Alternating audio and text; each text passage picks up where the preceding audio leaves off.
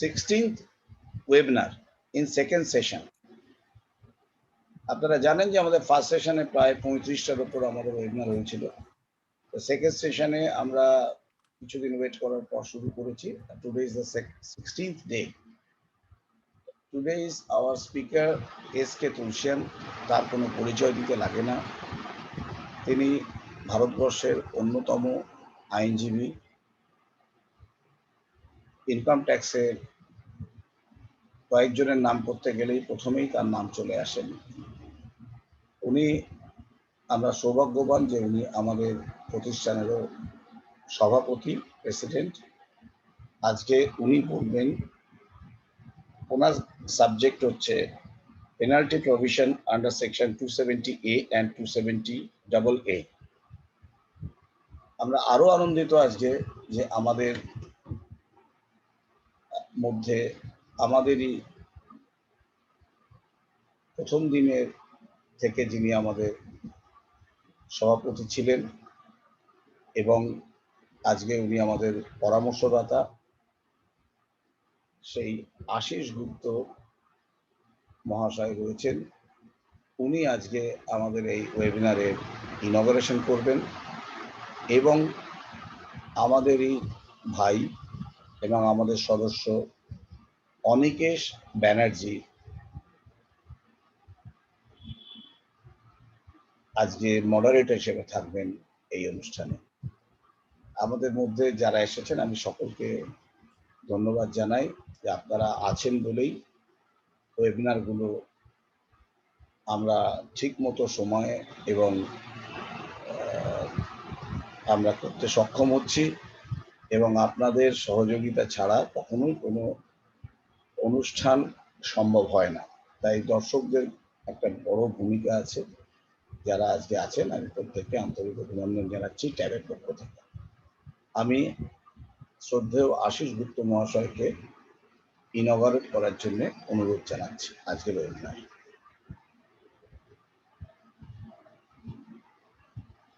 এসো আশিস দাকে হাইলাইট করো। আশিস দা আপনি ভিডিওটা অন করুন। হ্যাঁ, ভিডিওটা অন করুন।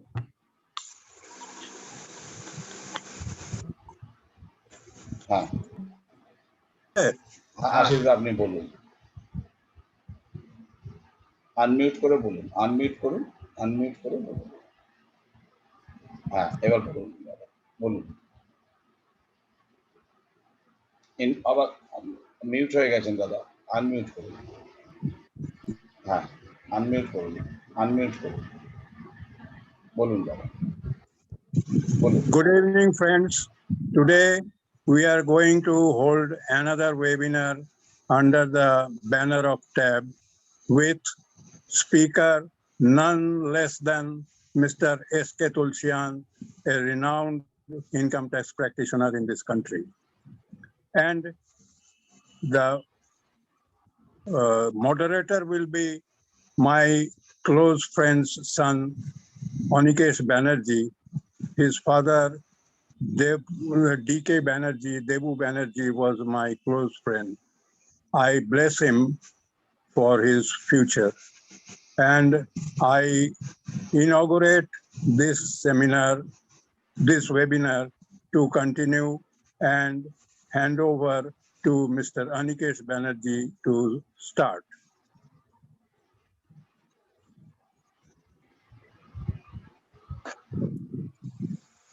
Good evening, sir. Good evening, President, Tax Association Bengal, Mr. S K Tulsiyan, Secretary, Mr. Siddhartha Mukherjee, and advisor, respected Ashish Babu, my father's friend, and my well-wisher also. It's a great privilege today. I be the moderator of this August gathering, where Mr. S K Tulsiyan, such an eminent lawyer in India, who is all over India, most of the tribunal, he's appearing till today with a full force. And he's a plethora of judgments, not a single, it's a plethora of judgments in each and every section. So it's my great privilege today before you as a moderator in this issue, section 270 capital A and 270 double A. It's a very, very vibrating issue in today for our current Income Tax Act. It's a brief biography of Mr. Tulsiyan here. He's leading lawyer in tax practice in the country. He has very wide practice and appears before the income tax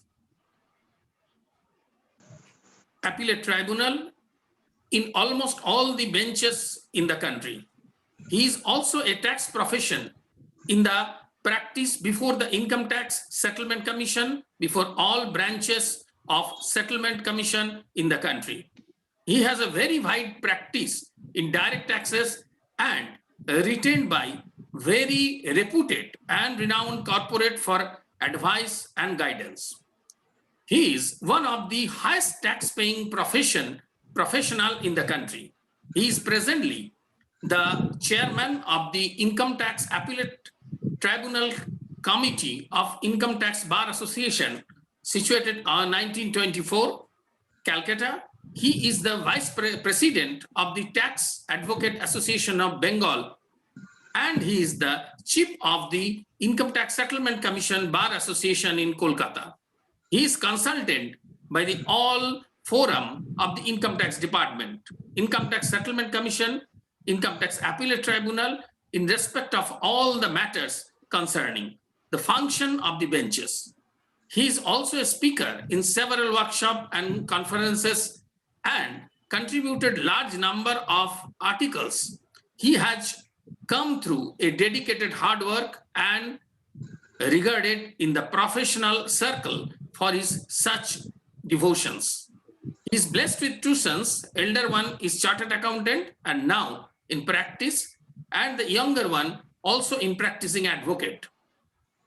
The president, TAB Association of Bengal, TAB Tax Association of Bengal, Calcutta, and chief convener of Income Tax Settlement Commissioner, and the chairman of the ITAT committee of the Income Tax ITBA, Income Tax Bar Association, Kolkata. Thank you, sir. I request you, please deliberate your speech and sparkling with your judgments and deliberation of the acts for our knowledge. Thank you, sir. Thank you, Sir, I request all, please mute the mic for the good hearing. Thank you, sir. Thank you, Anikesh, for lovely words. Ashish Da, highly respected Chief Patron of Tax Advocate Association of Bengal. Siddharth Mukherjee, our dear Sahib Da, who is the lifeline for the state of West Bengal amongst the tax advocates, who has given them such a huge platform for their respect and dignity. And Tax Advocate Association of Bengal, which has come up so nicely, having organized more than 35 webinars in the first session, and now having the 16th webinar with all the preceding eminent speakers, has really created a world around them by imparting knowledge amongst its members and thereby empowering them with so much of subjective knowledge, both on the GST as also on the Income Tax Act.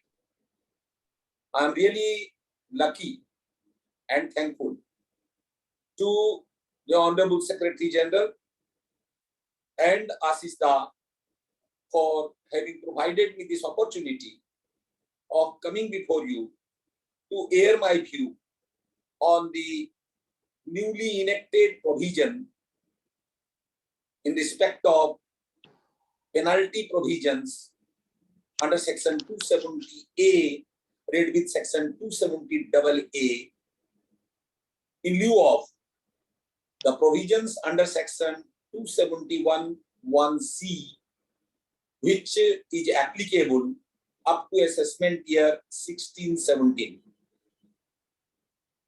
We all know that income tax is an act for imposition and realization of tax.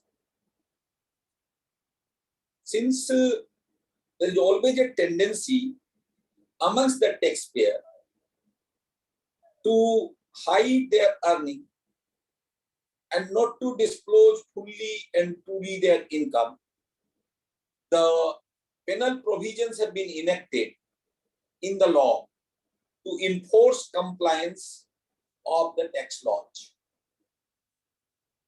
When we were a student, we were taught that law is the command of sovereign. The sovereign's power to punish for infringement of law governs the law.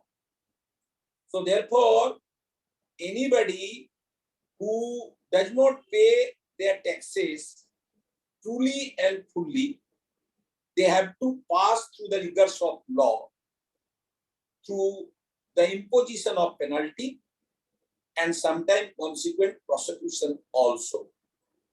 Therefore, the chapter 21, which contains the provisions for imposition of penalty for infraction of law, is an essential component of the Income Tax Act for enforcement of the taxing provisions in the chapter 4 of the Income Tax Act.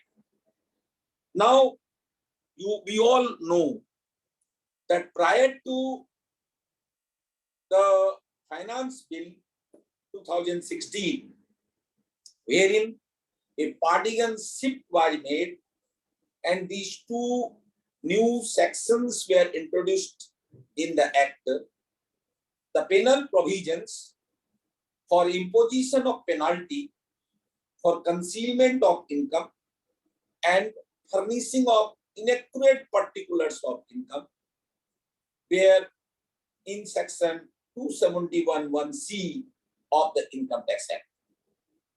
This section was having several explanations attached to that as the time developed, and therefore the 7 explanations which it contained became rather heavy and was leading to lots of litigation.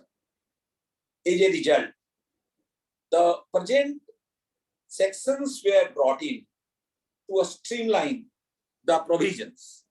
The rationalization of the provisions of the penalty has been discussed in the explanatory notes to the provisions of the Finance Act 2016 by Circular number 3 of 2017, dated 20th January 2017.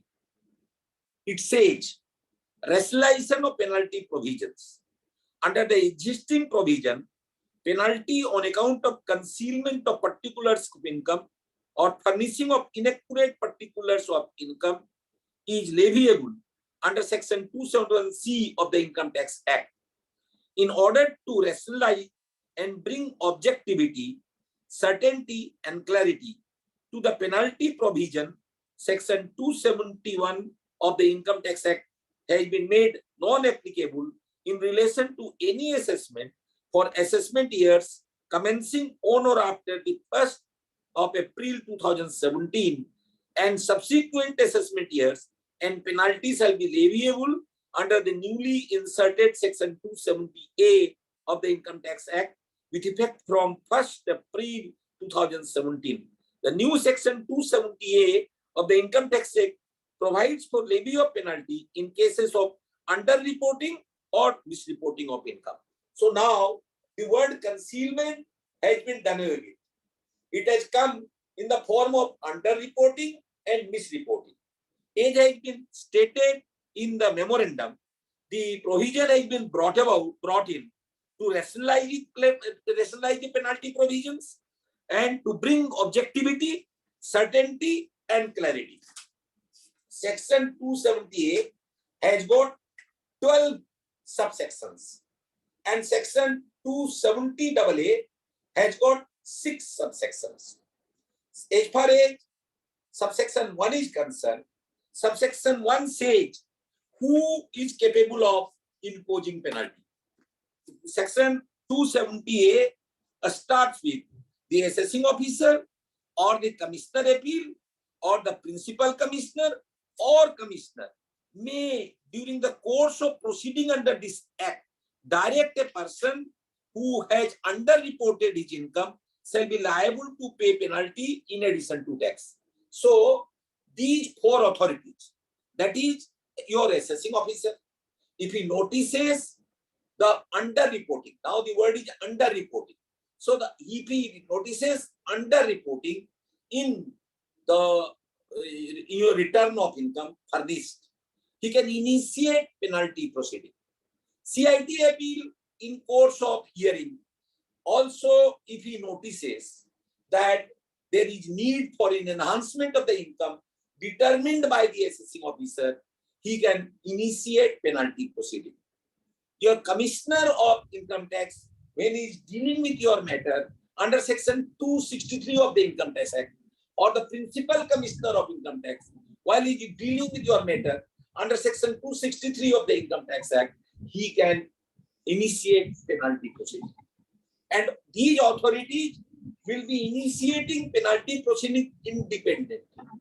And these proceedings shall be carried on by them independently, and penalties shall have to be respectively imposed by them on the initiated proceeding in course of their proceeding before them by them only.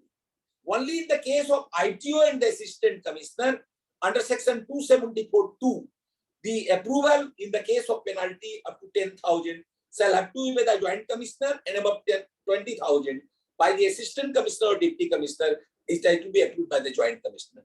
Otherwise, all other authorities will be empowered to impose the penalty independently. Now, subclause 2 of section 270A defines what are the circumstances of underreporting. Now, these are exhaustive. There is nothing more than this under section 270A. These underreportings are 7 types. These 7 types of underreportings, which are subsection 2 says, are the income assessed is greater than the income determined in return processed under clause A of subsection 1 of section 143. So, what has been processed under section 143, when this difference between the returned income and the processed income will not be subjected to penalty. So, the penalty will be imposed only with reference to the underreported income, which is the difference between the processed income under section 143(1)(a) and the income which is found to be accessible over and above that. Then that is the first item. Then second is income assessed is greater than the maximum amount not chargeable to tax, where no return has been furnished or where the return has been furnished for the first time under section 148. So, if you have not furnished the return and a 144 assessment is framed because a notice under section 142(1) has been issued on you, or a notice under section 148 has been issued on you, then the entire amount minus the minimum amount which is chargeable to tax will be subject matter of penalty and shall be treated as underreported income. Then third underreported income is income assessed is greater than the income assessed or reassessed immediately before the reassessment. There are 2 types of assessment, you know. One is assessment, another is reassessment. So when a fresh assessment is made, over and above that, either under section 148 or pursuant to an order under section 263 or further notice under section 148, then the difference of the amount shall be treated as unreported income, and on that the penalty will be applicable. Then subclause D, the amount deemed total income assessed or reassessed as per provision of section 150 JB and JC. Now you will know that under section 158 JB and 158 JC, deemed income is taken, that is book profit. And in that, if there is a difference between the income which has been processed under section 143(1)(a) and assessed under section 143(a), that difference shall be subjected to penalty. Then the amount of deemed total income assessed as per provision of section 115 JB or JC is greater than the maximum amount not chargeable to tax where the no return has been furnished or where the return has been furnished for the first time under section 148. Same provision which contains in relation to the 139 difference or 143(1)(a) difference will be applicable in respect of this 115 JB JC also.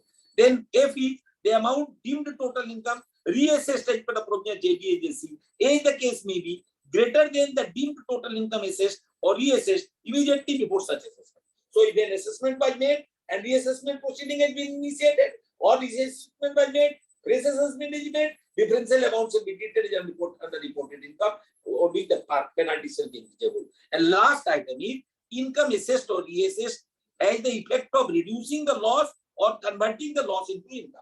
So if your earlier income was a loss and the assessment leads to the reduction in loss or converting it into income, the differential amount shall be treated as underreported, and that on that the penalty shall be eligible. Now, how the penalty shall be computed has been provided in subsection 3 of section 278. These are the amount under reported income shall be in the case where the income has been assessed for the first time. If the return has been furnished, difference between the amount of income assessed and the amount of income determined under subsection 1 of section 148. It has been stated there, the tax between the difference between the two shall be subject matter of penalty. Then in a case where no return, again the amount of income which has been determined minus the minimum chargeable limit will be amount on which tax on which the penalty shall be chargeable. In any other case, difference between the amount of income reassessed or recomputed, amount of income assessed, reassessed or recomputed. So in the case of reassessment, the difference between the original assessment and reassessment shall be treated as the amount of tax will be treated for the purpose of computing the penalty provisions. So the and such is the provision in respect of 150 JB also, because there also A minus B and plus C minus D will be considered as the cost for the purpose of imposition of penalty. Now, these are the quantums which have been provided, and then preceding a definition has been given that you all know. I need not say about that. And in case where the assessment or reassessment has the effect of reducing loss or declaring the income and conveying loss income, amount of underreported income shall be the difference between the loss claimed and the income loss, as the case may be, as required earlier, so it is now also. So these are the situations where the penalty will be subjected as defined under subsection 2, read with subsection 3, where subsection 2 says underreported income, subsection 3 says how the quantum of penalty shall be determined, and this is the machinery provisions has been provided in subsection 3. Now, subsection 4 and subsection 5, they deals with the situation which deals with the earlier explanation to section 2 of section 271C. Under that, if in the preceding years certain additions were made, so a estimate was made and my income from 5 lakh rupees declared was increased to 10 lakh rupees, or 10 lakh declared was increased to 20 lakh rupees, and that likewise in earlier 3-4 years I had such income which were increased in assessment, and in the later year I claim that income I have utilized for making certain investment, then you will be chargeable to penalty for using that fund in this year as your differential amount unreported income on which you will be chargeable to penalty. So this subsection 4 and subsection 5 are these sections. Then we come to subsection 6. The underreported income for the purpose of imposition of penalty, certain exceptions have been provided. That these, although are underreported income, but no penalties are eligible on that cases. These are listed as 5 items, and these 5 items are the amount of income in respect of which assessing officer SSC offers an explanation, and the assessing officer or the commissioner appeal or the commissioner or the principal commissioner, as the case may be, is satisfied, the explanation is bona fide, and the SSC has disclosed all material facts to substantiate the explanation offered. So when I offer an explanation and that is found fully substantiated, and certain additions are made because they feel that there is need for making some addition, their penalty will not be exigible. Second situation is the amount underreported income determined on the basis of an estimate. If the accounts are correct and complete to the satisfaction of the assessing officer of the commissioner appeal or the commissioner of principal, as the case may be, but the method employed is such that the income cannot be properly deduced therefrom. So if I have filed an audited account, they have not found any unrecorded purchase, any unrecorded sale, any unrecorded expenditure, or any other unrecorded income, and they feel that the method employed by me is not giving the correct result. So they estimate the income. In that estimate, although they have found everything correct, and they have not rejected my books of account for any deficiency, because all supported by bills, vouchers, everything. Yet they estimated. In such a situation, penalty will not be exigible. Then C, amount of underreported income determined on the basis of an estimate, if SSC has in its own estimated lower amount of addition or disallowance on the same issue, has included such amount in computation of his income and has disclosed all facts material to the addition or disallowance. Say, I have not maintained a books of account and I have got 10 crore rupees of turnover. I estimate 6%, and the department feels that it should be 8%. But they don't have any other method. They find all the sales have been fully declared, and SSC has not withheld anything from the department. But I offered on estimate, department go for the larger estimate. It will not be a case for underreporting, so therefore penalty will not be chargeable on that. The fourth situation is amount of underreported income represented by an addition made in conformity with the arm's length price determined by the transfer pricing officer, where the SSC has maintained information and document prescribed under 92, declared the international transaction under Chapter 10, and disclosed all the material relating to a transaction. Now, in the transfer pricing provision, what happens? We have maintained proper books of account. We have furnished all the information. On comparative basis, they hold that the transaction is not arm's length. So, therefore, they make adjustment. In such a situation, although they hold nothing against me, but yet, as per the provisions of the law, they make the adjustment. In such a situation, penalties shall not be treated under reporting, and therefore penalties shall not be exigible on that. And the third is amount of undisclosed income referred to in section 271 AAB. Now, if a search has taken place, and in that search, I have made certain disclosure of income, and I am covered by section 271 AAB 1A, and I am paying tax on that basis, and then I am chargeable to penalty as per the provisions contained in section 271 AAB 1A, and on that basis, if I have fully disclosed all material facts, and I have stated the manner of earning income, I have substantiated the manner of earning income, I have paid tax together with interest, I have filed the return in time, and I have been assessed on that, then I shall be have to register with 30% penalty.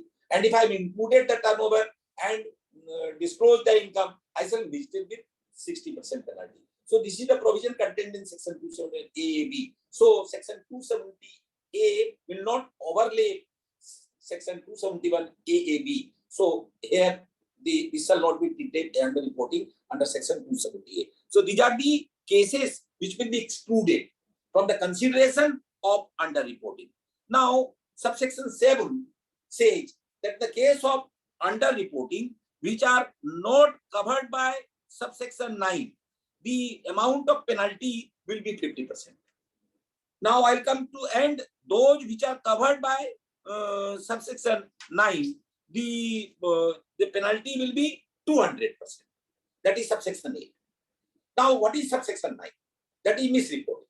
What is the report? Now, subsection 9 says, in the case of misreporting of income, referred to in subsection A shall be the following, namely misrepresentation or suppression of fact. If I have misrepresented or suppressed the fact relating to my income in my return of income, then that shall be treated as misreporting. Then failure to record investment in the books of account. I have made an investment. I failed to record that investment in my books of account. That shall be falling under the misreporting. Then claim of expenditure not substantiated by any evidence. I have claimed an expenditure, but I don't substantiate it with bills, vouchers, evidences. Then that shall become be a case of misreporting. Recording of any false entry in the books of account. If I record any false entry to books of accounts, then it shall be a case of misreporting. Although it has been brought under the misreporting, but recent amendment has taken it out and section 271 AAB has been incorporated, wherein 100% penalty is to be imposed on such false entry in the books of account, both in the case of the person who has taken false entry and who has given false entry. So this clause may become redundant here. Then E, failure to record any receipt in the books of account having a bearing on the total income. So if I fail to record a receipt of income which will go into my total income, that shall be a case of misreporting.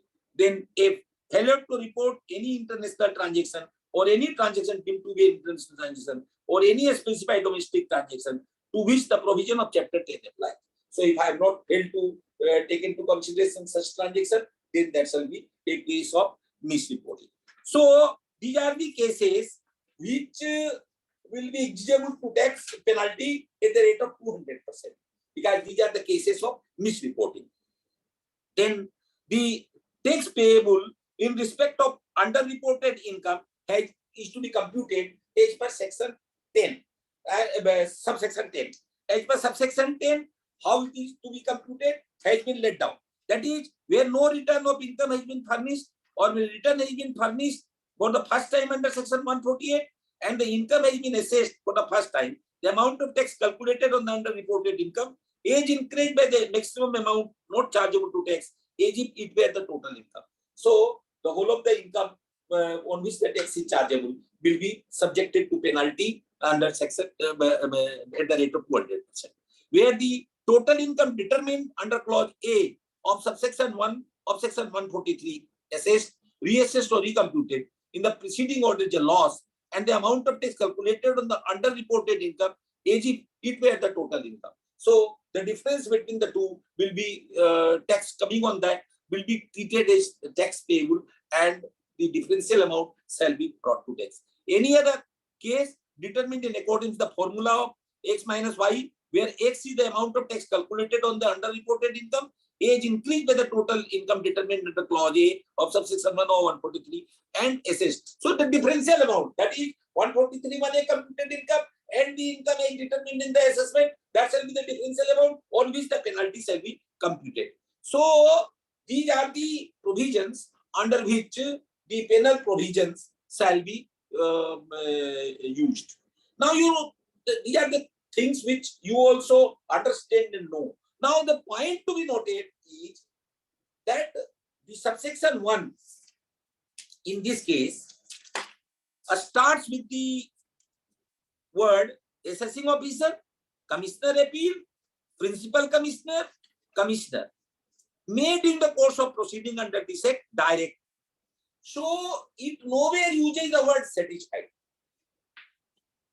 So now recording of satisfaction for imposing penalty for underreporting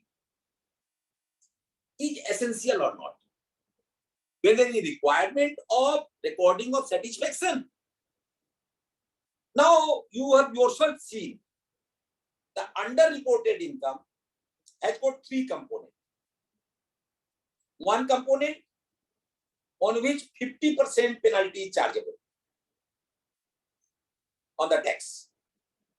Another component which will not fall in the underreported income. And third is a case of misreported income, on which 200% penalty will be charged. So unless a specific satisfaction is recorded by the assessing officer in respect of underreporting, how would you know under which clause you fall? How would you know your penal liability? So the point is, the satisfaction is sine qua non, and that has to be recorded at the time of initiation itself. Because unless at the initiation stage you record such a satisfaction, the assessee will never know this underreporting falls under the section subclause 3 or subclause 9 or subclause 6. So therefore, I am of the opinion that recording of satisfaction is sine qua non to a very initiation of proceeding. In this case also, you are aware that section 271 in 2008 underwent an amendment, and subsection 1B was brought in. Section 1B of section 271 provided that if an addition has been made and a mention has been made that penalty under section 270C is initiated, that shall be deemed to be satisfaction. But, and this was retrospectively amended from 1489. But later on, the Honorable Supreme Court, in the case of Reliance Petro, clearly overruled that provision. And there was a writ petition in the Delhi High Court in the case of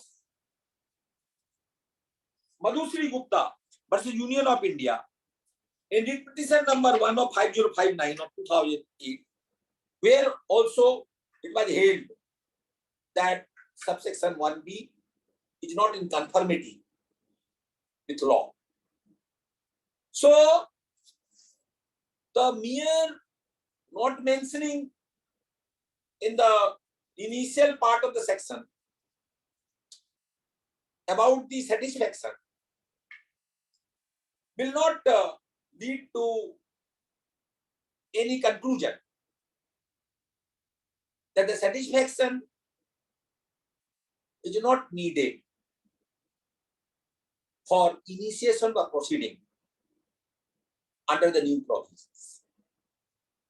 Moreover, section 270AA, which has been incorporated, clearly gives you an SSC an option that if he wants to save himself from penalty and prosecution in respect of the cases which do not fall under subsection 9 of section 270A, then on receipt of assessment order and demand notice,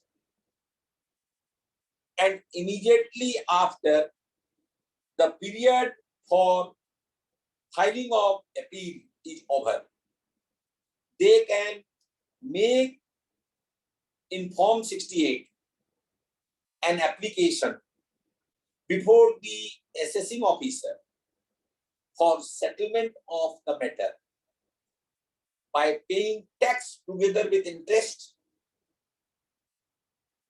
and with a mandate that he is not filed an appeal and is not going to file an appeal and settle the case. In this case, penalty shall not be imposed. And the mandate of the law under section 270A4 is that in an event where the assessing officer does not agree with the application made by an assessee, he has to give him opportunity of being heard, is to say so.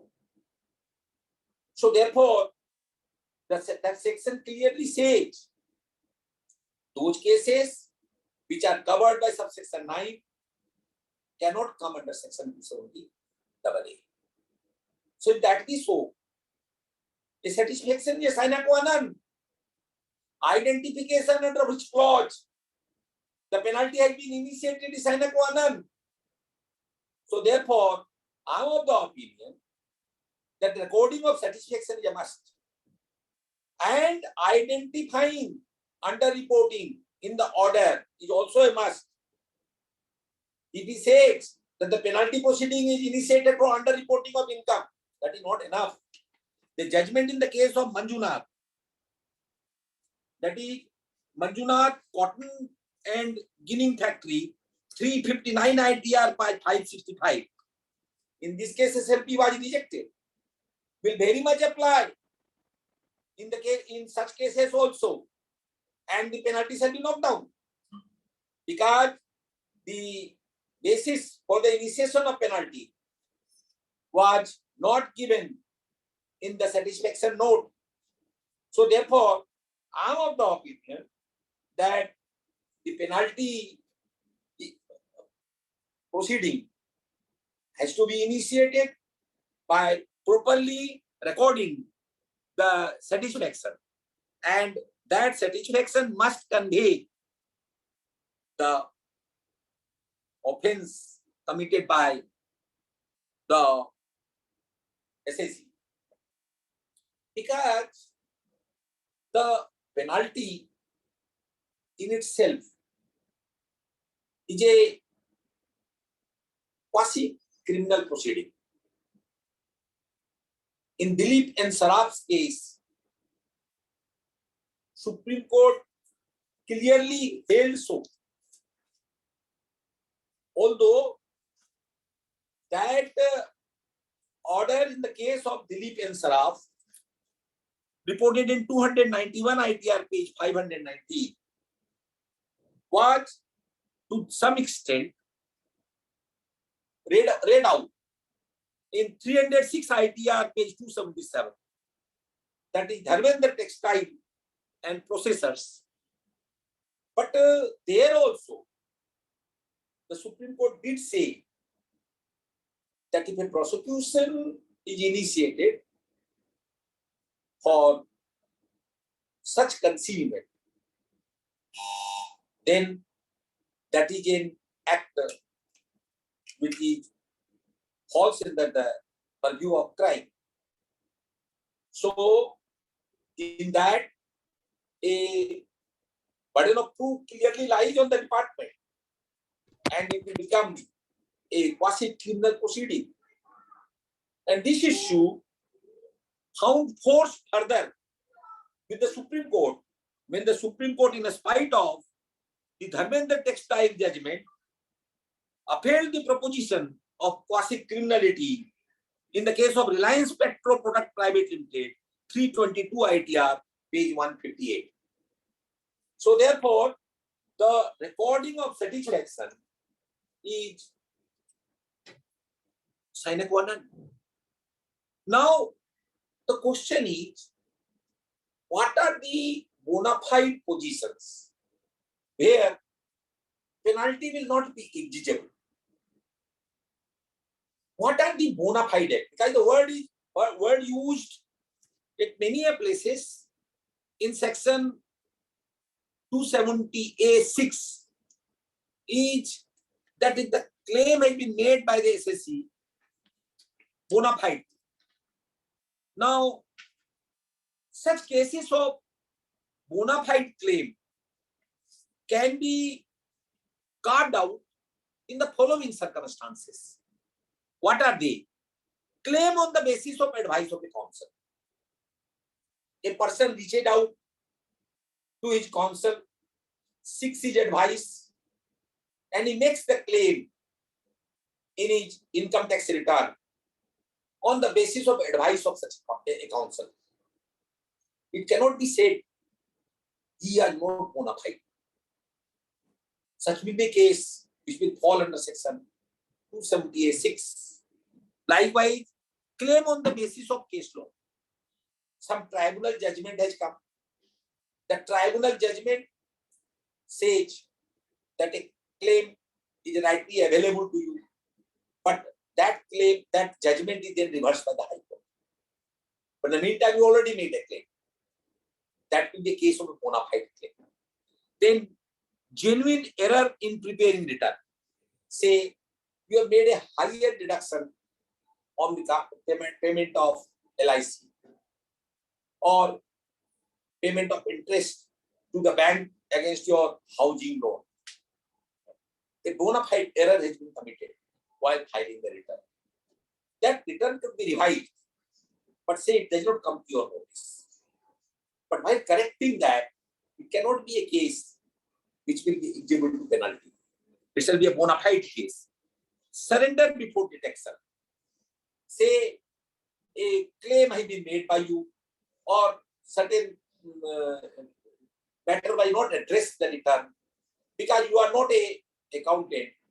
You don't have good knowledge about the accountancy, and you later on find that a wrong claim has been made or a wrong income has been left out. So you revise the return.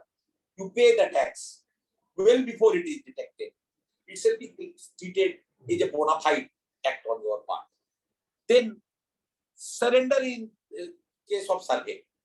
Say nothing has been found in course of survey, but certain income is what disclosed for you. Now that income, then you are including in your return of income. It is not a case where any concealment has been detected, but you have bought peace by offering certain income in survey. It shall not be a case where penalty can be eligible in your case. Then I'll take the case of surrender in search also.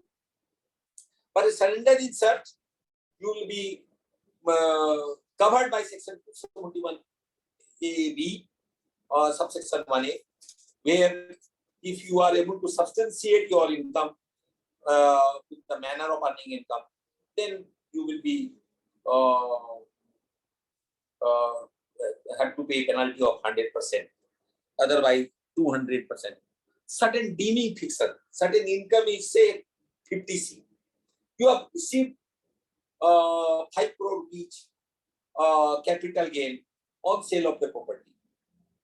You are not aware of the deeming fiction of section 50C. Now, the assessing officer assesses under section 50C that deeming fiction. This will be a case of bona fide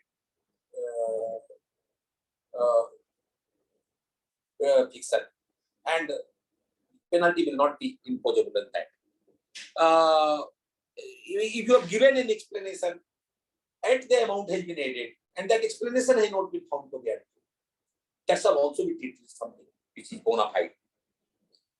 So these are the issues which can be termed as bona fide act on the part of the SSE, to which penalty will not be imposable. Now, this we come to the issue.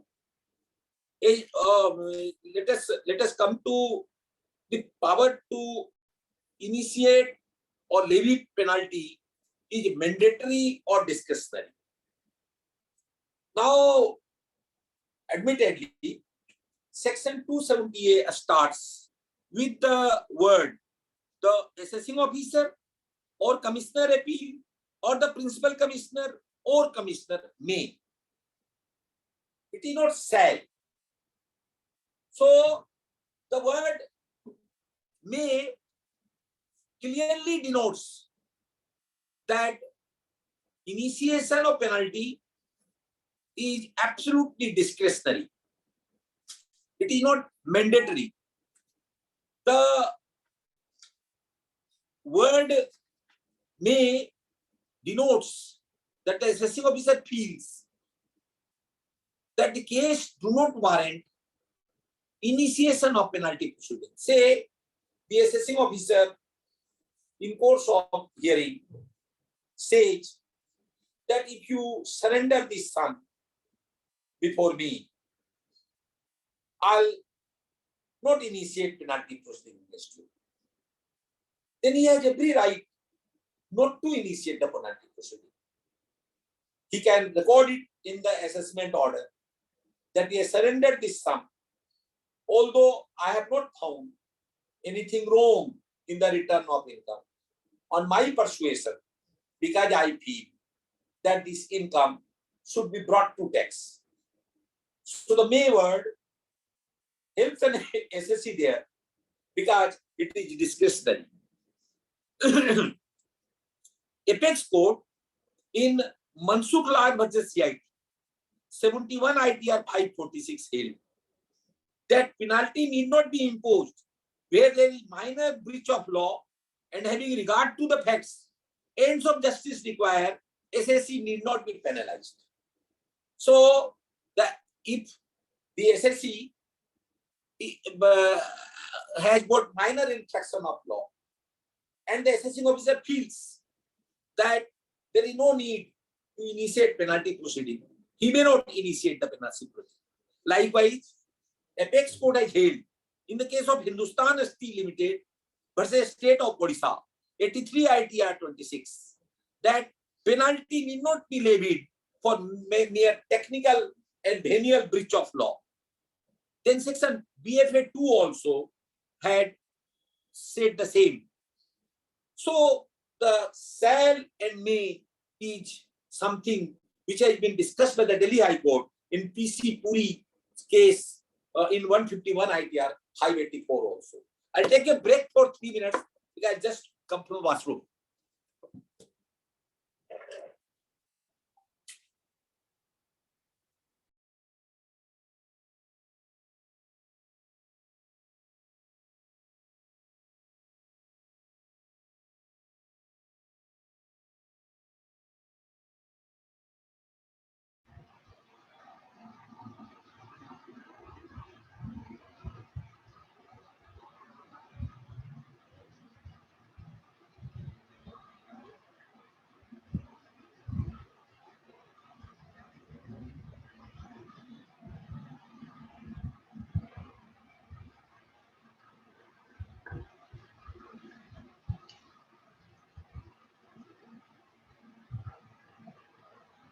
Anikesh,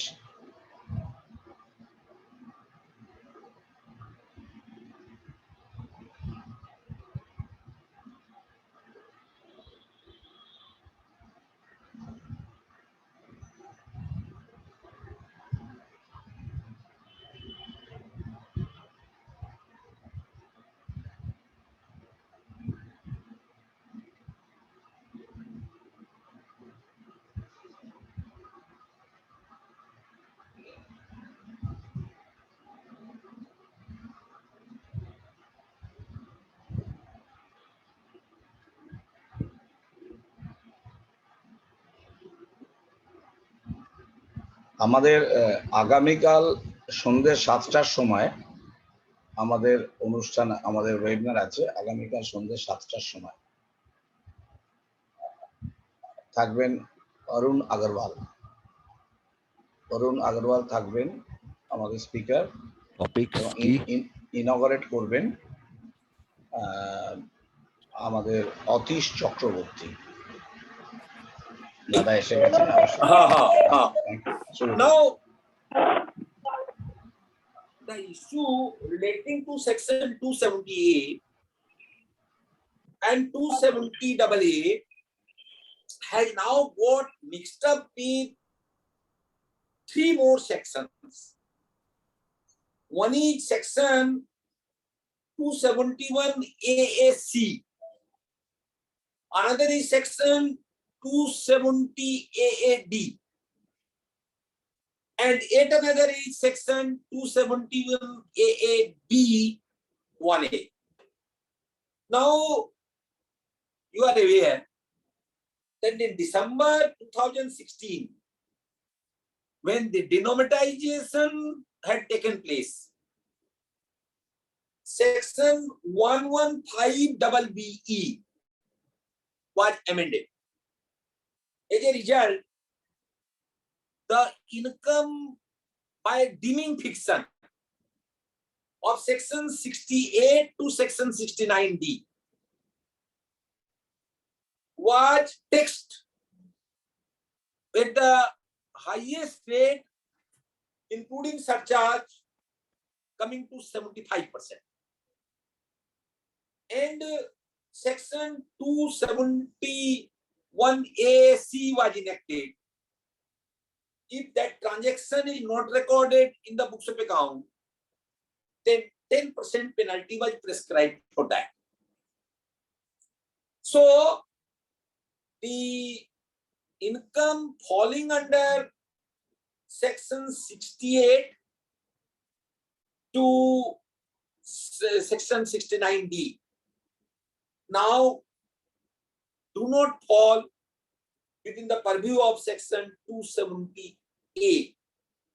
So therefore, the penalty in relation to that will be governed by section 271 AAC.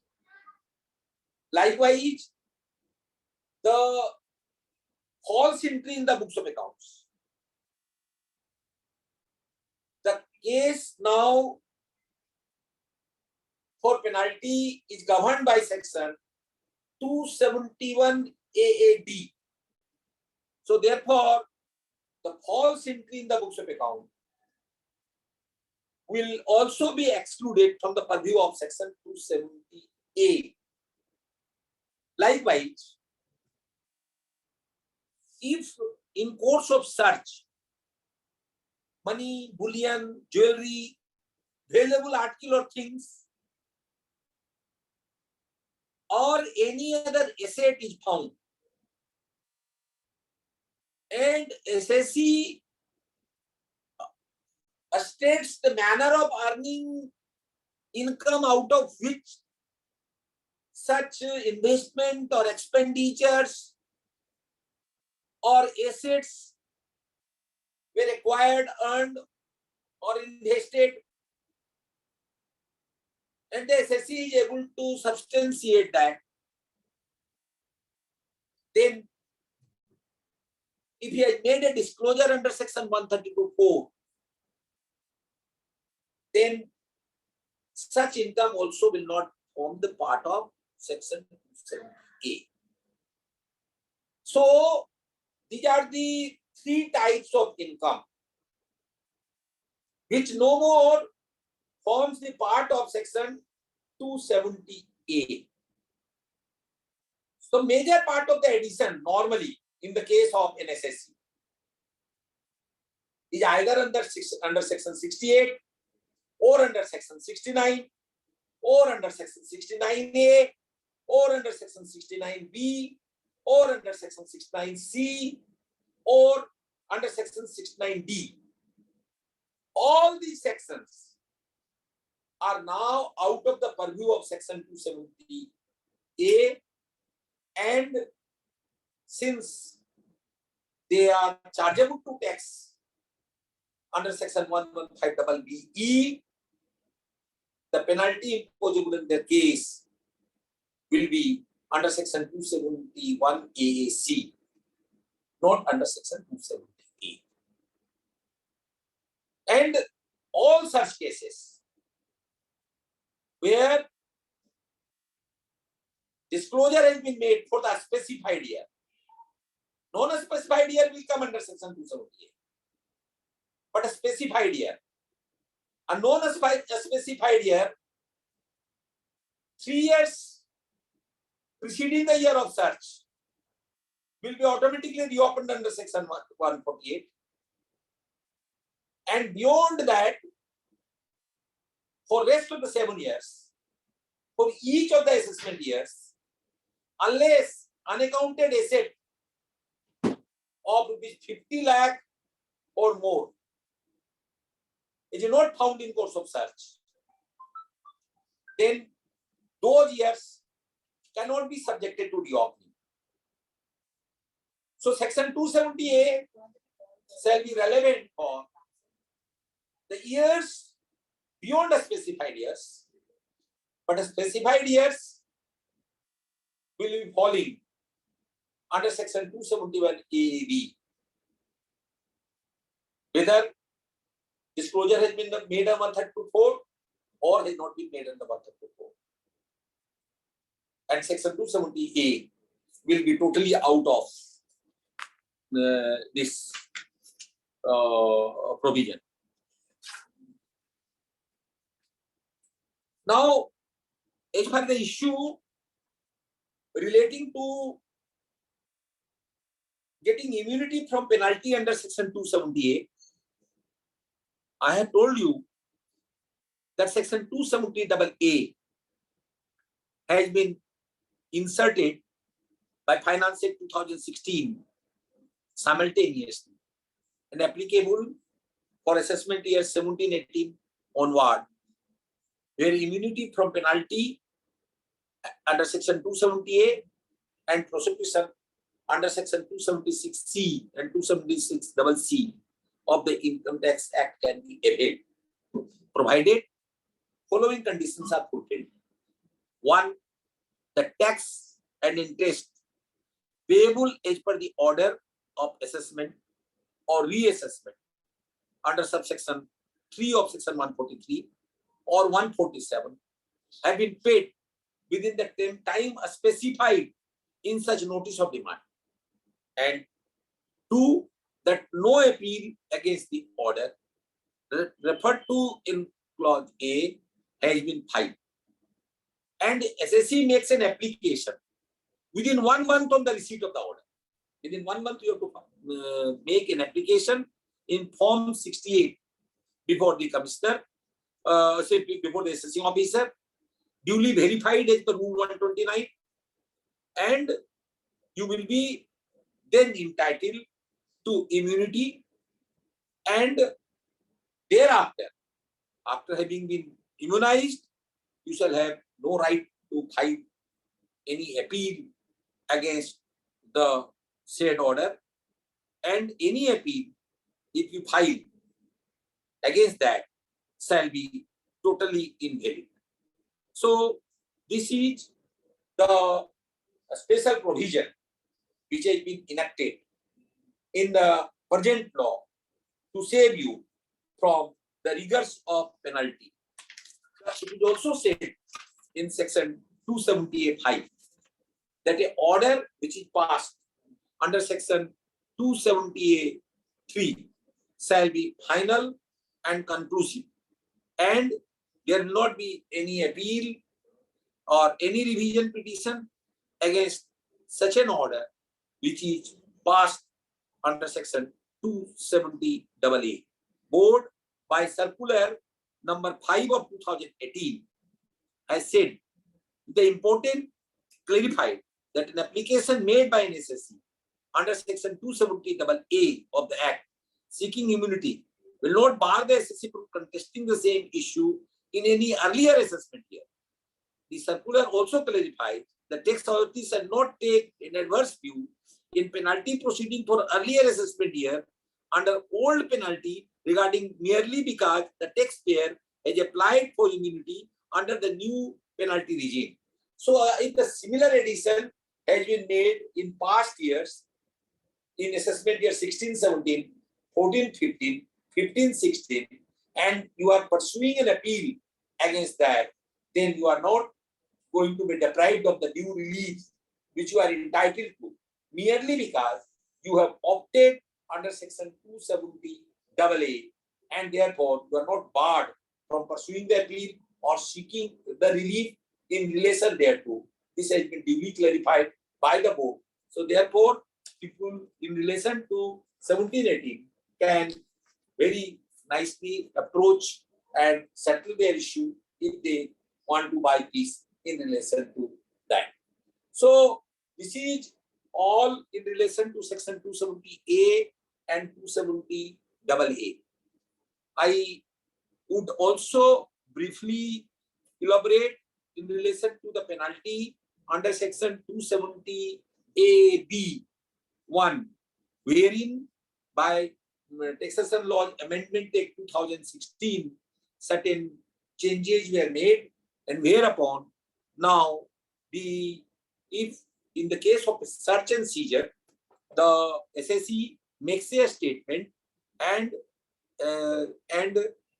states the manner of earning such income and discloses that income in course of search, then he shall be entitled to immunity from larger penalty if he substantiates the manner of earning income, pays together with tax together with interest well in time, and files the return well within time prescribed by law. And in that event, the penalty earlier prior to 2016 was 10%, but now it is 30%. And in other cases, the penalty earlier was, if you have declared the income in the return, then it was 20%, now it is 60%. So these are the conditions which apply, and in this case, earlier 270C would not be applying. Now section 270A would not be applying in the such cases. So this is in relation to section 271AAB. With this, I leave the bench open for questions on the issue from the audience, and would like to go for the interactive session. Thank you. Thank you, sir. Yes. Thank you. Your excellent deliberation and sparkling of your knowledge really encourage us. And thank you, sir. So one question from my end, sir, if you permit Yes. kindly. Yes. Sir, one question is that section 270 capital A1 specifically, subsection 1 is specifically mentioned that the underreporting of income. My question Yes. is that whether it is also the applicable for the misreporting of the income. Underreporting is common. Misreporting is part of underreporting. Now they have specified what underreporting will not be misreporting and what is misreporting. So, but then as I told you, that is why the recording of satisfaction is important. Only saying he underreported the income will not do. The assessing officer, while recording satisfaction, shall have to say he has underreported the income which falls under misreporting of income, or he has underreported income which do not fall under subsection 9. So he has to specify that, or he has underreported the income which falls under subclause 6, because they, as I told you, there are the 3 situations, and therefore for that there are 3 consequences. In the first situation, penalty is 50%. In the second situation, there is no penalty. In the third situation, there is 200% penalty. So therefore, unless the assessing officer in the assessment order clearly says so, how the issue will be decided? So therefore, the assumption of jurisdiction for initiating the penalty, a satisfaction has to be recorded very clearly, wherein it has to be stated that I would suggest what actually the assessing officer should write while recording his satisfactions. Should actually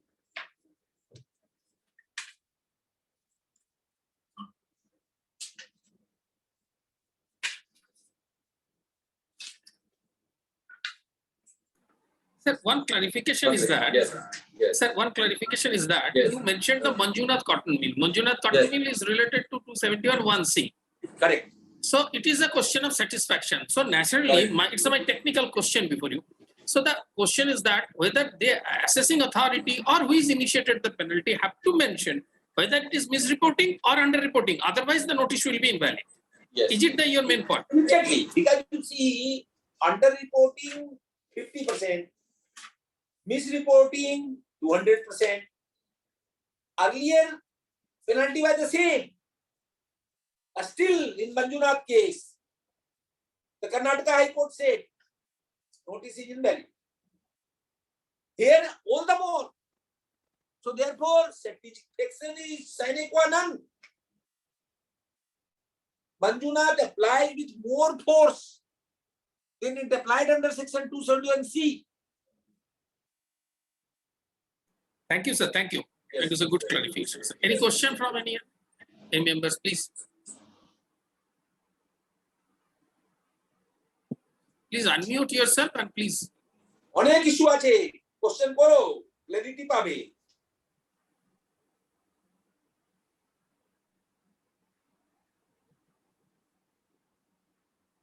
মানে frankly speaking, আমিও পড়েছিলাম কিন্তু আপনার এক্সপ্লেনেশনের পরে না যেন আমি ধরে ধরে আরো ক্লিয়ার হয়ে গেল। এত সুন্দর এক্সপ্লেনেশন আপনার লোক। না, এটা তো সেকশন পড়লেই ক্লিয়ার হয়ে যায়। এক্সপ্লেনেশনটাও স্যার দরকার স্যার। হ্যাঁ, section is so very clear. Section is distinguishing underreporting in three types of underreporting. In one underreporting, they feel that there is this no intent to conceal. In yet another, they feel that it is bona fide. In yet another, they feel that they intend to conceal. So the three situations is noted in section itself. Under the situation, unless the assessing officer has recorded a satisfaction, how he is going to impose penalty? So therefore, he has to record the satisfaction in the assessment order, wherein the issue relating to the starting of the penal provision shall apply. Unless he has done that, I don't think there is any scope for the penalty to be sustainable.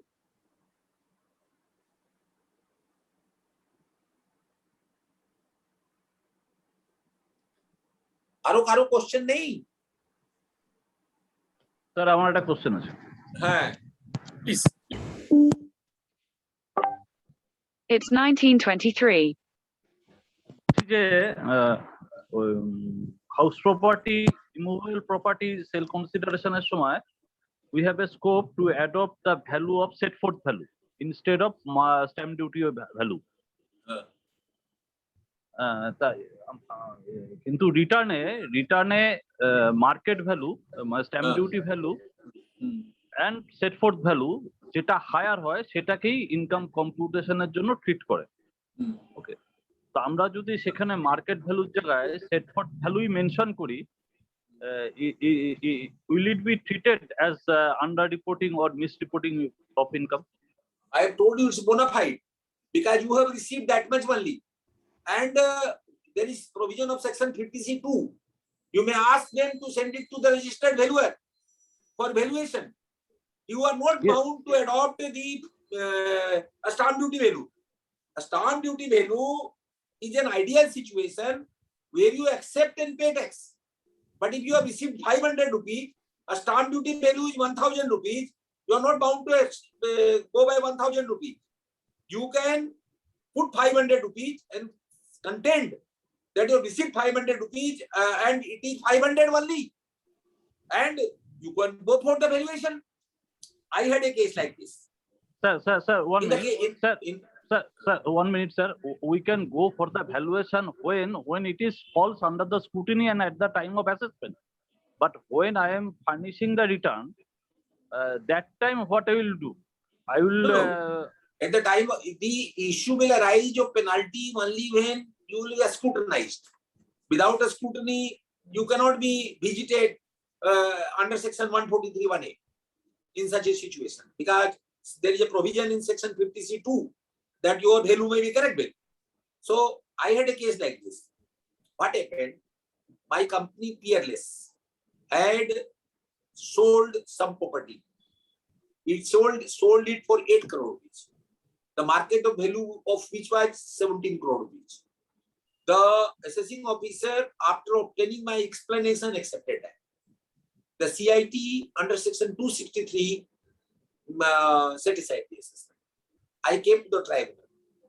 I explained to them, for such and such reason, I had explained to my assessing officer that it's a reported judgment. You can see Peerless, very recent decision written by the Vice President, Mr. Jagtap, that I had explained to him. So my value is 8 crore only, for which I have sold it, and I had explained why it should not be 17 crore rupees.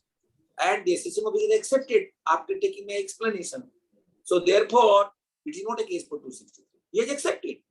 There's not case for 263. So when a case cannot be even for reopening, how can it be a case of concealment? It shall not be a case for concealment. Well, there's no question of underreporting.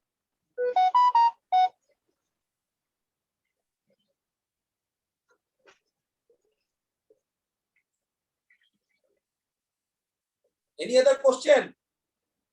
But very good question. Both of you have put up very good questions. Sir, Sir, at the time of furnishing return, instead of market value, we can put the value of set forth value.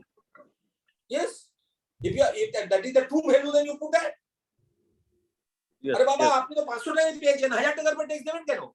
That is the question. That is the Yes. আপনি যদি 500 টাকা চুরি করে নিয়ে থাকেন তাহলে আপনার মনে ভয় থাকবে। আপনি তো নেননি।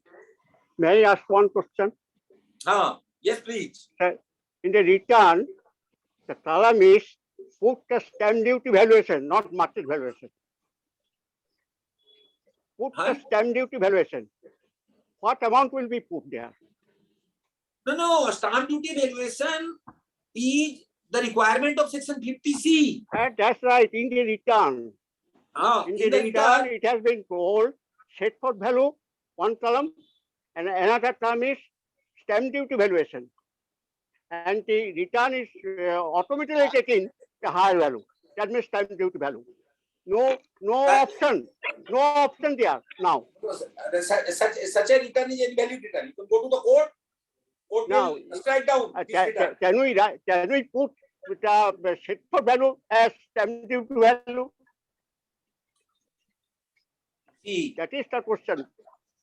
The issue is not that. Whether we can write the set for value as stamp duty value? The deeming provision cannot stand in between the truth. So, if the real value of the property is 500 rupees only, and the deeming provision says it is 1000 rupees, then it cannot be 1000 rupees. You cannot be forced to pay tax on 1000 rupees. You can go to the court. If the return shows 1000 rupees, that return will be nullified. My predecessor question is, the column is stamp duty value. Whether if we put set for value there, whether it will be treated as under report or misreport. বাংলায় বলুন, আমি আপনার কথা বুঝতে পারছি না। বলছি stamp duty value কলমটা হচ্ছে stamp duty value, not market value. সেখানে আমরা স্ট্যাম্প ডিউটি ভ্যালু যখন সেট ফর ভ্যালুটাই যদি আমরা দিয়ে দিই, রিডের ভ্যালুটাই যদি দিয়ে দিই, না আপনি কতটা আপনি বেশিতে বিক্রি করেছেন? যে বিক্রি করছে সেল করছে, আপনি কি স্ট্যাম্প ডিউটি থেকে বেশিতে বিক্রি করেছেন? না, বেশি দামে নয়, কম দামে। কম দামে বিক্রি করেছেন তো? কম দামে বিক্রি করেছি না, ব্যাপারটা আইনে আর পোর্টাল রিটার্নের পোর্টালটা দুটো আইনের সাথে কোনো সংসব নেই, মানে আইনকে করে দিয়েছে, অ্যাভয়েড করে দিয়েছে। রিটার্নের কলম আছে দুটি কলম। Yes, sir. Sir, in ITR 2, in ITR 3, in ITR 4, at the time of computation of capital gain, there are two options. One is put the value of set forth value, and another is put the value of stamp duty value. And which one is higher, that is taken into the actual sale consideration, and tax is computed accordingly. So no, this is wrong. It means Sir, then at that situation, what can be done? Act has given us the scope to adopt the value of on my own, but the procedure of return filing restricted us to. file a writ against that pre-filled return. File a writ against that such pre-filled return. It shall be struck down by the court. They cannot force you to pay tax on certain amount which you have not earned. They cannot force you.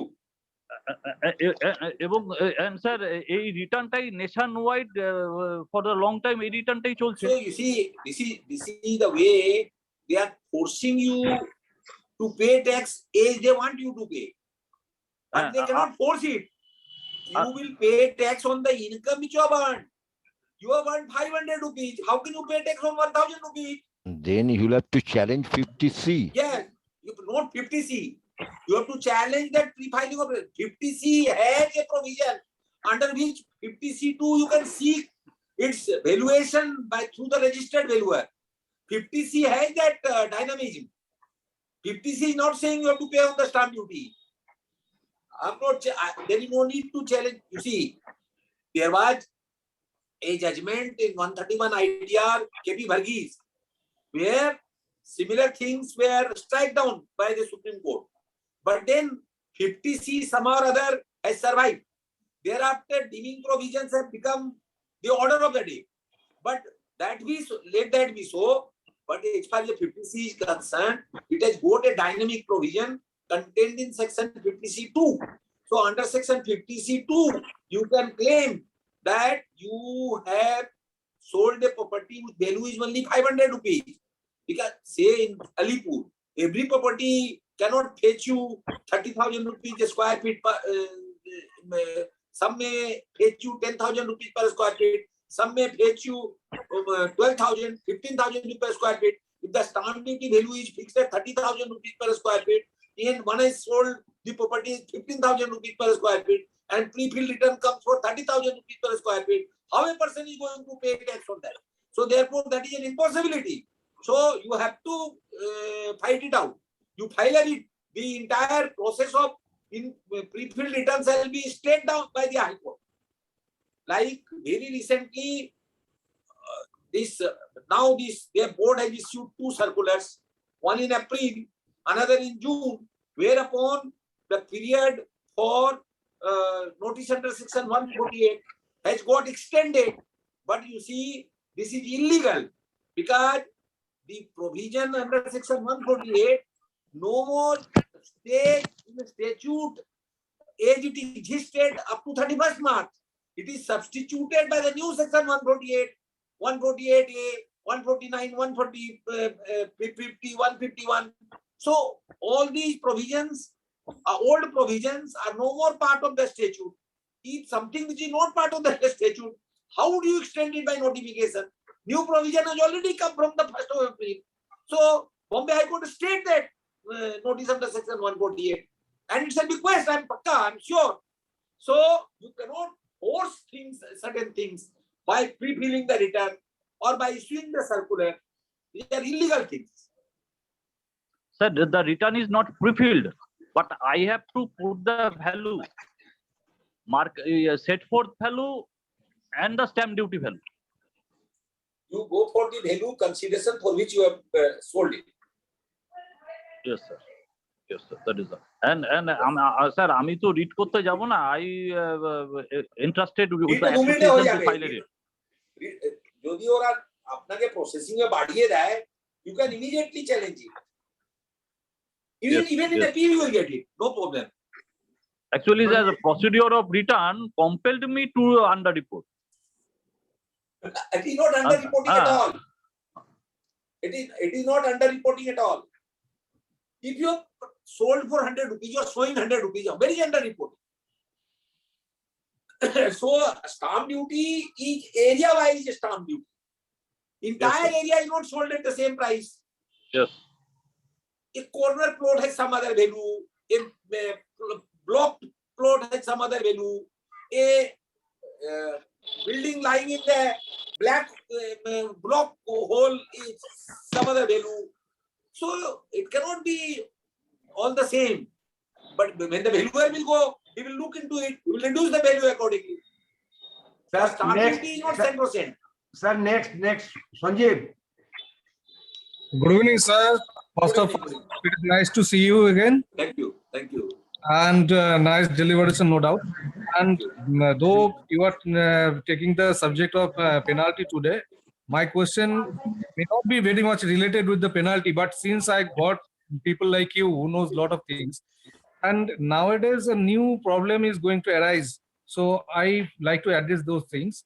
Like they are saying that everything will be auto-populated nowadays. So lot of information will come of the SSC will come from the third party. Now it may not be true all the time, and sometimes that may be different kind of problems, as you know, because sometimes it may be adjudgeable by us. We can adjudge it whether it's correct or not. Sometimes the information may be it is not possible for us to determine whether it is correct or not. Say the bank is giving some information regarding my client. Now, until unless that it is been given by supplied by the bank to me, it is not possible for me to understand whether it is correct or not. So these all kind of discrepancy is going to happen, and definitely lot of trouble is going to happen. Now I want you to discuss the matter, how to handle, because that auto population is going to create a tremendous trouble for our assessment. Please enlighten us for that. Actually, you are talking about newly enacted section 147. You are talking about the information based on which will lead to the reopening. But you should remember, section 148A also has been enacted simultaneously. Whatever information they get, they have to issue a so-called under section 148A, and it will be given time to respond to that. So if that information is not correct or not right, then you can repel that information, and the order under 148A will take care of it.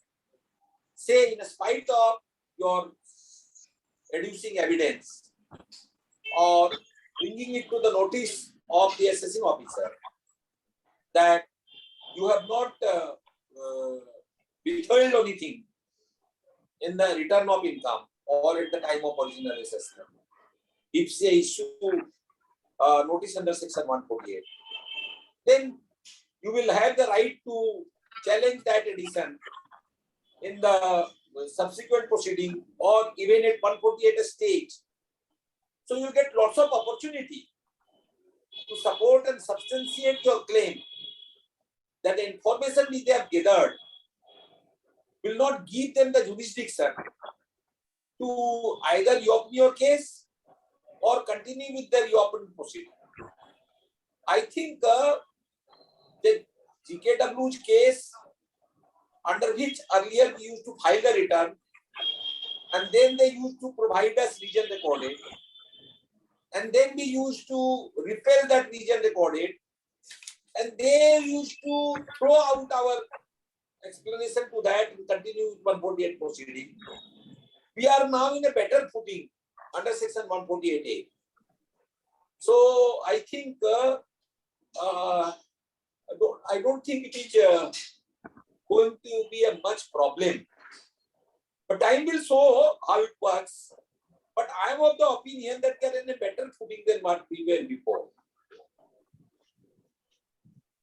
Yes, sir. Actually, this is so many stereotype of kind of assessment going to happen, because earlier we got that assessing officer in front of us to convince the thing, but nowadays it is not possible. So it would be quite difficult for us to because we never know, because just every time we have seen the department has taken some such kind of view that whatever is given before them by the third party, it is true enough, and we in many cases it is not possible for us even to ask for the cross examination. Definitely we will ask, but definitely we will not get the remedy in the lower level. At least before ITAT it is not possible, I feel. No, ITAT, you see, we will have members like Anikesh who will be highly judicious. Do you think they will throw away your appeal in the bona fide cases? Tribunal will remain tribunal. and whatever they may say, you will get justice. I don't think heaven is going to fall. I think the streamlined procedure under section 148, 148A is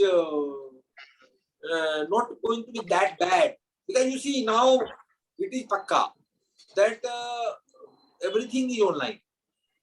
As a result, the GST and other authorities, this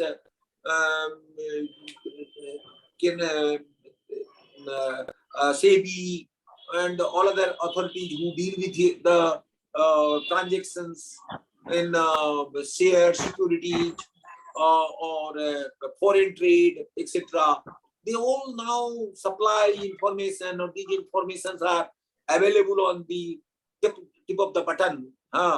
So informations will be gathered. Now you are right that some of the information may resemble in the name of someone who also happens to be your name. So some such wrong information may lead to them to draw a proceeding against you. But then you will be in a position to answer that doesn't pertain to you. So Even sir, we got that opportunity to answer at least when it will come to us for the scrutiny. But the most difficult part is that even they are not selecting it for the scrutiny, but they are, if it is not matching, if the data is not matching with the submitted return, they are saying it is not correct return and it is an invalid return. So here comes the trouble. That they will not be able to. Yes, there are a lot of cases in 26. In 26 AS also we have seen it. No, invalid they cannot declare. They cannot. If it is properly verified return, tax interest has all been paid, it cannot be declared invalid. They may issue a notice of 148.2, or they may start a 148 proceeding by issuing 148A, but they cannot declare it invalid. That is there. But your faceless, you see, we did not object to faceless earlier. Now, what is the point in crying on the split milk, you see? At least in the tribunal stage, we protested on the first occasion in February itself, in presence of the law minister, where the law minister gave us an assurance that it shall not be faceless. So far that has been adhered to. So you have to cry, then only you will get. Thank you, sir. Thank you. I would Thank you, sir. ask the. অনেক এসে একটা question আছে chat বক্সে দাও। I would ask the. অনেক এসে তুমি বলো কোয়েশ্চেনটা বলো চ্যাট বক্সে আছে। The chat box একটা question আছে। বলো তুমি। Survey was conducted in the month of 2020. No books was impounded. No disclosure was made by the SSC. Only advance tax was paid only on the basis of the verbal persuasion. The return income for the assessment year 2021 was more than the preceding years. So all the partners related to the exclusion of government notification related to selection of scrutiny on account of survey has been complied, and even then 143(2) has been issued by the jurisdictional officer.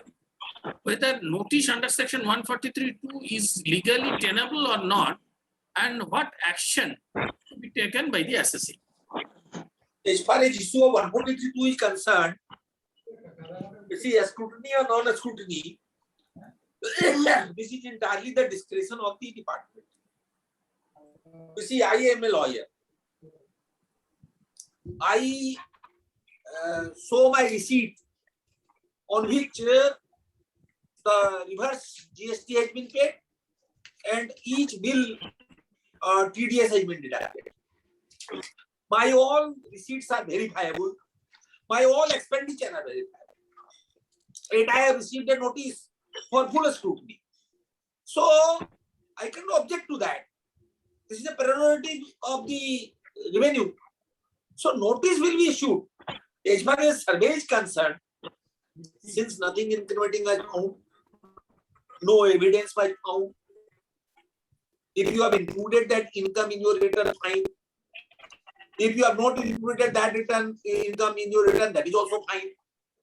Because you know 133A statement do not have evidentiary value.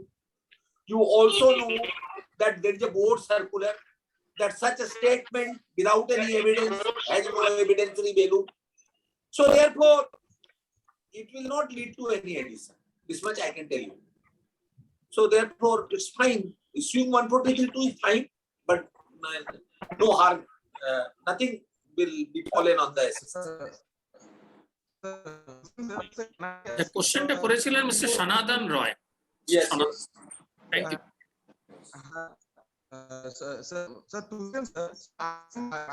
Any other questions? Hello. Yes. Hello, sir. Yes, yes. Hello. Please. I'm here, sir. Hello. আমি শুনতে পাচ্ছি আপনি মানে হ্যাঁ sir. হ্যাঁ বলুন। Sir আমি disease person, তার একজন ডিজিজ পারসন ছিল, তার সে মারা যাওয়ার পরে তার 3 জন লিগ্যাল হেয়ার আছে। তার মধ্যে 2 জন হচ্ছে মাইনর আর একজন হচ্ছে সিনিয়র মাইনর। এবার ব্যাংক যখন নোটিশ, এবার ও ব্যাংকের সঙ্গে এও অ্যাটাচ করে সিনিয়র মেম্বারকে নোটিশ করলো।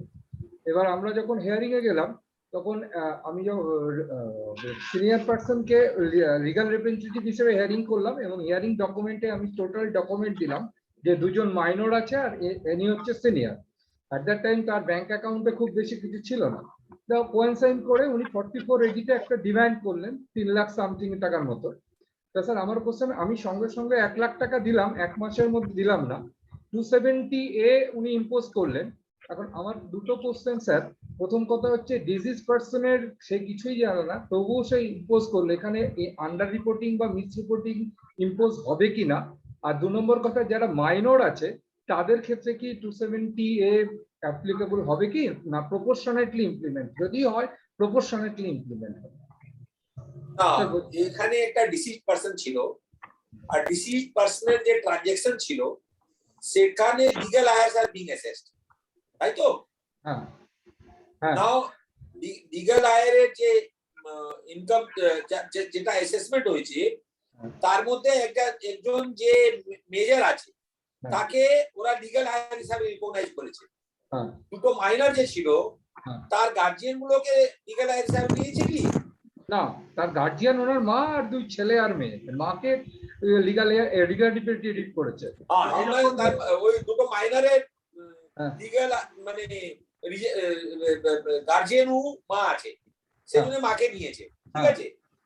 মাকে রিটার্ন তো ভেরিফাই করতে হবে যখন ফাইল করছে ডিসিজ পারসনের জন্য, তাহলে ওর যা ইনকাম হবে তার উপর তো ওকে ট্যাক্স দিতেই হবে। নাও ট্যাক্স এখানে দেখে পেমেন্ট করার ব্যাপার আছে, একটা ডিসিজ পারসনের ব্যাপারটা আর একটা লিভিং পারসনের ব্যাপারটা মধ্যে ডিফারেন্স আছে। কেন একটা ডিসিজ পারসন কি করেছে সে একটা লিগ্যাল আয়ার সবকিছু নাও জানতে পারে, কেননা এও ইনভেস্টিগেশন করে পেল কি যা দেখিয়েছিল তার বাইরেও আছে। এখন অ্যাসেসিং অফিসারের উপর বার্ডেন অফ প্রুফ আছে, কেন ওর যে অ্যাকশন আছে সেটা বোনাফাইড আছে, সেটা শুধু ওকে প্রুভ করতে হবে। কেননা যে ইনফরমেশন ও বাইরে থেকে গ্যাদার করেছে সেই ইনফরমেশন ওর পাওয়ার কথা নয়, সেই জন্য ওটার আন্ডার রিপোর্টিং এর মধ্যে এক্সেপশন ক্লজের সাবসেকশন সাবক্লজ 6 এ পড়ে যাবে, ওটা পেনাল্টিতে আসবে না। কিন্তু আমি জানি না ফুল ফ্যাক্ট, সে ফুল ফ্যাক্ট অনিকেশকে দাও, ও দেখে নেবে, দেখে নিয়ে তোমাকে বলে দিতে পারবে কি ওর মধ্যে সাবসেকশন 6 অফ সেকশন 270 এ লাগবে কি লাগবে না। আমার মনে হয় যে কেস অফ বোনাফাইড কি নাম আছে reporting, so therefore it may not be a case there penalty will be imposable. আর যদি পেনাল্টি লাগিয়ে থাকে তাহলে একটা এপিল ফাইল করো। স্যার বলছে যে যারা মাইনর আছে তাদের থেকে কি রিকভার করতে পারে? না, মাইনরের কাছে রিকভার করবে না, ওর গার্জিয়ান আছে না, মা রয়েছে না ওর গার্জিয়ান, স্যার মাইনরের উপর কোনো ডিমান্ড হতে পারে। স্যার সেইটাই তো বলছি, ওয়েবনার চলছে, আমি পরে করছি, ওয়েবনার কেটে দিই। Sir at the end of the ডেতে যেদিন উনি মারা গেলেন তার অ্যাসেটটা তো তার 3 জন হেয়ারের মধ্যে ডিভাইড হবে, ন্যাচারালি। এবার মাইনর যতদিন ম্যাচুরিটি না হচ্ছে, মাইনরের ওপর কি সে, তাহলে আমি টোটাল যে ট্যাক্সটা ইম্পোজ করেছে, ওই স্টেটটা মাইনরের নেই, ওই স্টেটটা ডিসিজদের আছে। Tax is being realized from the estate of deceased, not from the minor. Sir It আমি is not minor's income. Sir যে The 3 lakh, income belongs to the deceased. The legal heir is the mother of the two minor and herself. So therefore, ওই প্লি চলবে না। Sir যে 3 লাখ টাকা demand করলো, আমি মাদারের জন্য 1 লাখ দিলাম আর 2 লাখ দিলাম। আপনি অ্যাপিল ফাইল করুন, যদি ডিমান্ড না হয় তাহলে অ্যাপিল ফাইল করুন তার এগেইনস্টে। ঠিক আছে স্যার। হ্যাঁ, ও আন্ডার রিপোর্টিং এ পড়বে না ওটা। Okay sir, thank you. অনিগাস থেকে আমি পরে ও ডিটেইলটা দিয়ে কথা বলবো। ঠিক আছে, থ্যাংক ইউ অনিগাস। স্যার মিস্টার সনাতন রায় এর আগে প্রশ্ন করেছিলেন 143, তো ওনার একটা বেসিক দুটো question. One is whether he can seek the copy of the notice results of survey. He can, survey তে কোনো ওয়ারেন্ট হয় না। Survey does not start with reason to believe. So since the survey is an act which is within the power of the assessing officer in his jurisdiction, without any prior intimation and without recording of region, so therefore, and he being the jurisdictional assessing officer, he has a right to reach out to such person. Although now he has to take a permission from the DG, because without DG's permission no survey can be conducted. So you can at the most ask him to provide you the copy of the permission which the DG has given him to conduct survey at his premises. His second question is whether he seek results for 142 notice. 143(2) notice এ কোনো reason record হয় না, because it is not, because the 143(2) does not start the word reason to believe. সেজন্য reason to believe record হবে না। Thank you sir.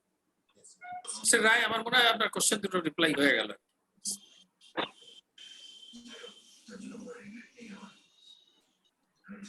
আর যদি question না থাকে তাহলে আমরা শেষ করি। Let us conclude. আমাকে রেজ দাও। Thank you. Handing over the mic to Shahada, please.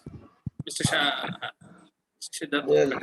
মানে এত সুন্দর আমরা শুনলাম, আমরা প্রত্যেকে হাঁ করে শুনছিলাম, এত সুন্দর এক্সপ্লেনেশন সেকশন গুলো এবং রিলেটেড সেকশনকে নিয়ে নিয়ে বলার সুন্দর। আমরা প্রত্যেকেই জানলাম এবং আমরা প্রত্যেকে ঋদ্ধ হলাম এবং আমাদের আজকে যারা যারা যে কোশ্চেন গুলো করেছিলেন তারাও সমস্ত উত্তর পেয়ে গেলেন এবং যেটা রিলেটেড কোশ্চেন নয়, যেটা আমার সঞ্জীব করেছেন তার উত্তর দিয়ে দিলেন। এবং আমরা ওনার কাছে সবসময় পেয়ে থাকি, ওনার যে নলেজ শেয়ার উনি করে থাকেন, এটা আমাদের কাছে অনেক বড় পাওনা। ওনার নেতৃত্বে আমাদের ট্যাব এগিয়ে চলবে আমরা আশা করি। এবং আজকে আমাদের ওয়েবিনারে সারা পশ্চিমবঙ্গ থেকে বহুজন ছিলেন, নর্থ থেকে সাউথ পর্যন্ত। প্রত্যেকে ধন্যবাদও জানাচ্ছেন চ্যাট বক্সে। তখন দেবনাথ এক্ষুনি কুচবিহার থেকে লিখলেন। এবার সারা পশ্চিমবঙ্গ থেকেই সকলেই অনেক জানলেন, অনেক শিখলেন এবং অনিকেশ এত সুন্দরভাবে আজকে মডারেটরে পাঠ করলো। অনিকেশ আমাদের ছোট ভাই হয় এবং অনিকেশ এখন একজন ভালো প্রমিসিং লয়ার। আশিস দা বলেছেন, ওনার বাবার কথা বলেছেন, আমরা দেবুদা বলতাম। দেবুদা আমাকে খুব ভালোবাসতেন এবং আজকে অনিকেশ বাবার নাম উজ্জ্বল করেছে, এটা আমরা অনিকেশকে ধন্যবাদ জানাই। আমাদের ট্যাব যে প্রতিষ্ঠান আজকে এগিয়ে চলেছে সকলকার সহযোগিতায়, প্রত্যেকেরই হাত ধরে রয়েছে বলে আমরা কিন্তু আজকে এতদূর এগিয়ে যেতে পেরেছি। আমরা চেষ্টা করব আরো কিছু ভালো ভালো কিছু করার। একটু আমরা সামনাসামনি হই, আমরা একটু কথা বলি, কোনো একদিন আমরা মিট করব। তারপর আমরা পরবর্তী প্রোগ্রাম আমাদের ফাউন্ডেশন ডে যেটা হবে 9 ডিসেম্বর, সেই সময় যে ফাউন্ডেশন ডে হয়, জানি না আমরা কিভাবে করতে পারবো, তবে নিশ্চয়ই কিছু করার চেষ্টা করব। এই বলেই আজকে আমি আমাদের যিনি লিডার ট্যাবের সেই তুলসিয়ান বা আমরা এস কে তুলসিয়ান জিকে আমরা ধন্যবাদ জানাচ্ছি।